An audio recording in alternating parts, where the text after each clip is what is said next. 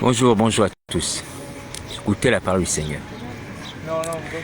Quand on regarde le livre de Genèse au sujet de la destruction de Sodome et Gomorrhe, on se rend compte que les gens de Lot ont commis une erreur capitale.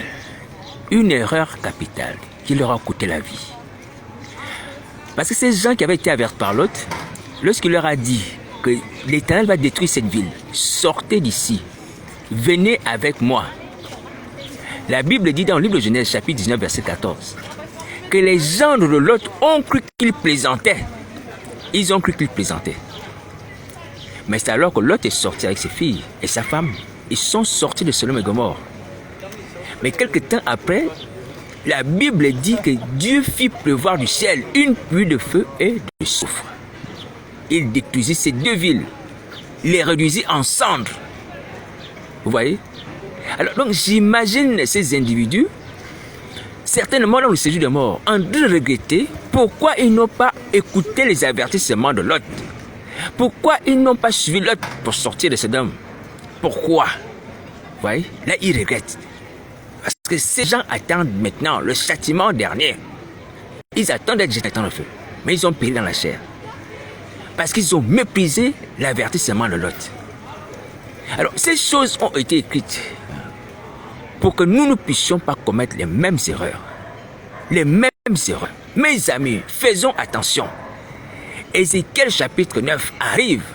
Il y a un châtiment sur le monde. Il y a un châtiment sur l'Église.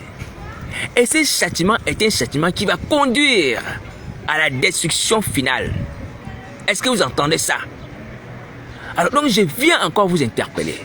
Vous qui êtes connectés sur Facebook, vous qui ne priez pas, vous qui faites comme d'habitude, vous vous échangez des messages, des citations, des versets bibliques. Alors qu'il y a un danger qui arrive. Arrêtez de mépriser la parole de Dieu. Arrêtez de le mépriser. C'est dans votre intérêt. Je vous assure, c'est dans votre intérêt. C'est dans votre intérêt que Dieu fait toutes ces choses.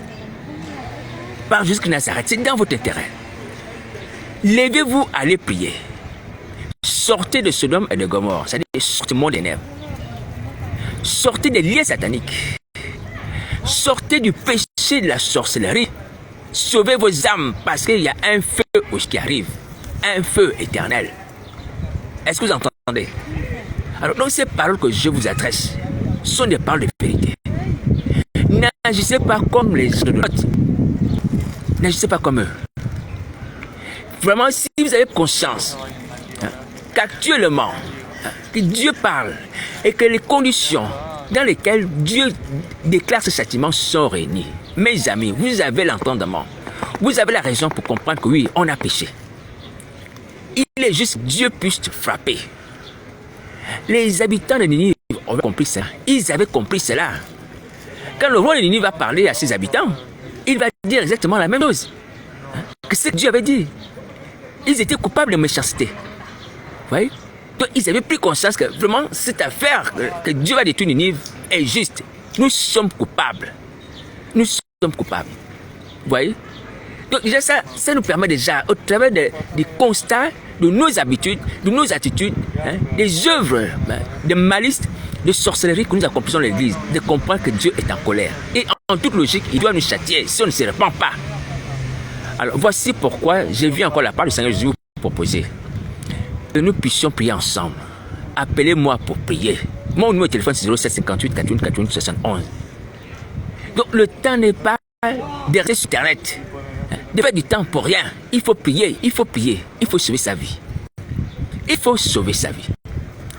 Et je vous assure que quand Dieu décide de châtier, malheureusement, Satan aussi s'élève. En fait, lorsque Dieu annonce une parole grave, Satan vient s'aimer aussi l'ivraie. Et l'ivraie ici, c'est un esprit de mépris. Un esprit de mépris pour empêcher que les gens soient avertis, soient conscientisés et puissent être sauvés. Et donc, si en vous, vous avez cet esprit de mépris, vous méprisez cette parole, les pasteurs, les apôtres, parce que vous avez les ministères, parce que vous avez les fidèles, je vous assure que vous serez condamnés. Vous allez finir comme les gendres de Lot. Parce que vous êtes sous l'emprise de l'esprit de mépris que Satan vient toujours dissiper, ou du moins s'aimer lorsqu'il y a une décision grave. Et c'est toujours comme ça. Il y a quelque chose de sérieux, Satan vient s'aimer un esprit de mépris, un esprit de moquerie, un esprit de doute. Il faut prendre conscience de cela. Vous voyez, c'est ça qu'on appelle l'ouverture des yeux. L'ouverture des yeux, c'est de comprendre comment Dieu agit, dans quelles conditions il agit, et comment le diable aussi vient contrecarrer l'action de Dieu. Vous voyez? Dieu nous annonce une décision grave.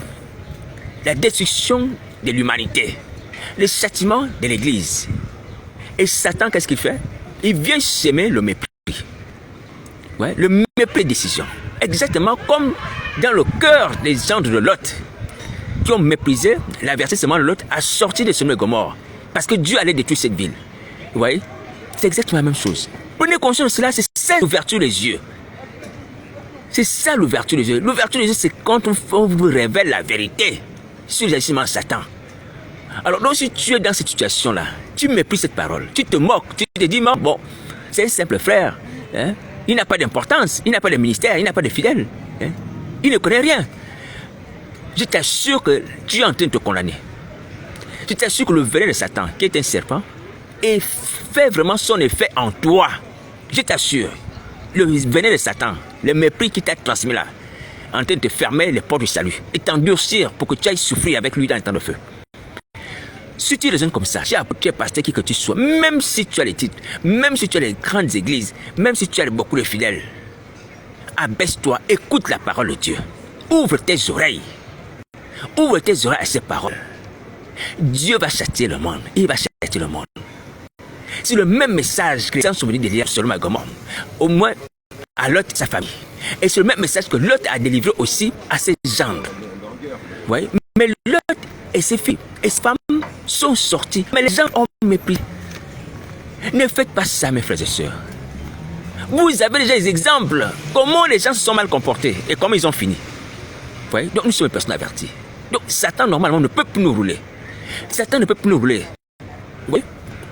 Et vous voyez bien, je vous ai dit, vous voyez bien que les conditions dans lesquelles Dieu ordonne un châtiment sont réunies. Regardez vous-même l'état de l'église, c'est que nous faisons l'église. Regardez vous-même les activités que nous faisons la nuit comme le jour. Regardez les vidéos que je vous ai présentées. Elles ne sont pas suffisamment assez convaincantes pour vous dire que non, là on a atteint la limite où Dieu doit nous frapper. On ne fait plus les cultes. Ce sont les yeux.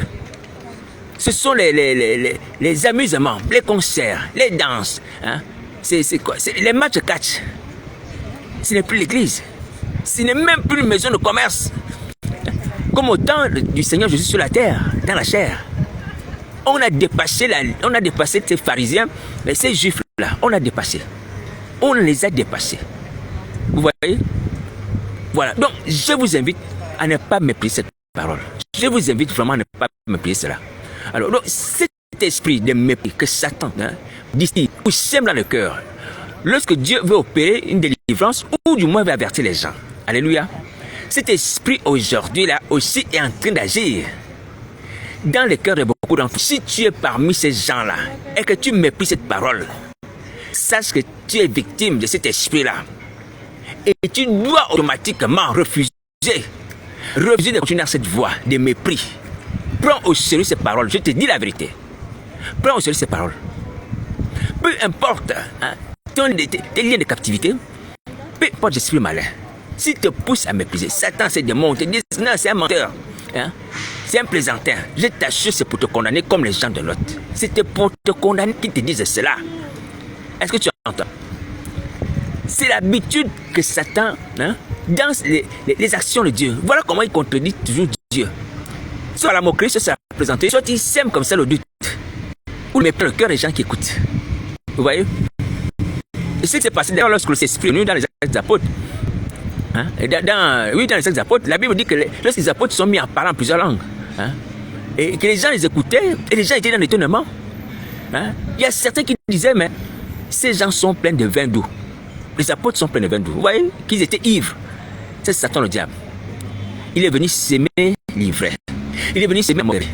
Il est venu s'aimer le mépris sur quelque chose de sérieux. Sur l'accomplissement de la promesse de Joël 2,28 qui parlait que Dieu allait faire pleuvoir son esprit sur toute chair. Les jeunes gens, les vieillards. Vous voyez? Mais Satan vient s'aimer la moquerie. Satan vient s'aimer le doute. Satan vient s'aimer le mépris. Ne te laisse plus manipuler par Satan le diable. Vous voyez, c'est bien de pouvoir mettre à nu les ruses de Satan afin que tu sois éclairé. Vous voyez, ce sont les ruses de Satan qui te condamnent. Si tu penses comme ça, que je suis en train de rigoler, la part jusqu'à Nazareth, que je suis en train de plaisanter, c'est Satan qui est en train de t'utiliser. C'est Satan qui domine ton entendement, ton raisonnement pour te condamner. Ouvre les yeux, ouvre les yeux. Sors de Sodome et Gomorrhe, sors du monde des ténèbres. Confesse tes péchés, viens jusqu'à Nazareth, tu seras sauvé. Est-ce que tu m'entends, mon frère, ma soeur? Est-ce que tu m'entends? Sors même de Facebook. Sors de Facebook. Tu ne fais rien d'intéressant là-bas. Tu ne fais rien de vital. Sors de Facebook. Va dans ta maison, va prier. Va prier, tu perds du temps. Tu perds du temps pour rien, un temps précieux. Est-ce que tu m'entends? Voilà, donc le sang de Nazareth puisse déchirer vraiment cet esprit de mépris en vous. Que le sang de Christ Nazareth puisse se déchirer comme le voile du temple et que vous soyez sauvés. Vous voyez comment le Seigneur prend beaucoup de peine pour nous sauver. Beaucoup de peine pour nous sauver. Ouais. Nul ne vient à Jésus-Christ Nazareth, mais c'est lui qui invite les gens. Parce que le salut, c'est une invitation. On va vers les gens. Dieu a voulu que les choses soient comme ça. Alléluia. Jusqu'à partir des villages, dans rue, de maison en maison, pour inviter les gens au salut. Et il va dire dans Matthieu 11, 28, venez à moi, vous qui êtes chargés et fatigués, et je vais vous donner le repos. Ouais. Il proposait le repos aux gens.